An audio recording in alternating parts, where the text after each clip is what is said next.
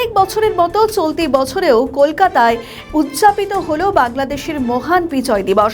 মঙ্গলবার 16 ডিসেম্বর সকালে ভারতীয় সেনাবাহিনীর পূর্বাঞ্চলীয় সেনা সদর দপ্তর ফোর্ট উইলিয়ামে 54তম বিজয় দিবস উদযাপন করা হয়।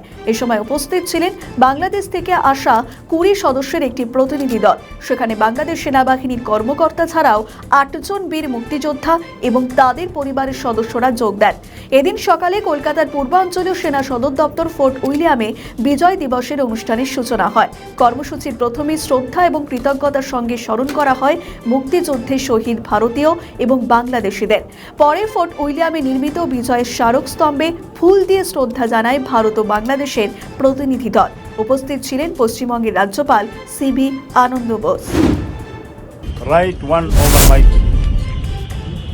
It gives a clear message to the whole world.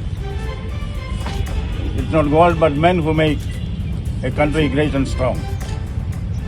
India has proved once again.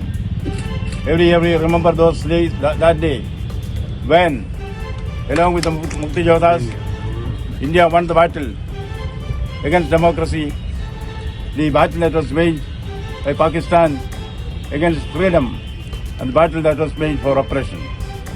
In this we saw the deliverance of a free people from an oppressive regime, and we celebrate it with pride every year. I wish the Mukti Jodhas and also our friendly people of Bangladesh the very best.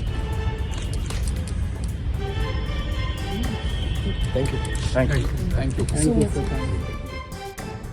আমাদের video ভালো লাগলে like ও share করুন। Comment সেকশনে আপনাদের মতামত জানান। আরও video পেতে আমাদের চ্যানেলটিকে সাবস্ক্রাইব করুন এবং প্রতি মুহূর্তে খবরের আপডেট পেতে প্রেস করুন বেল আইকন।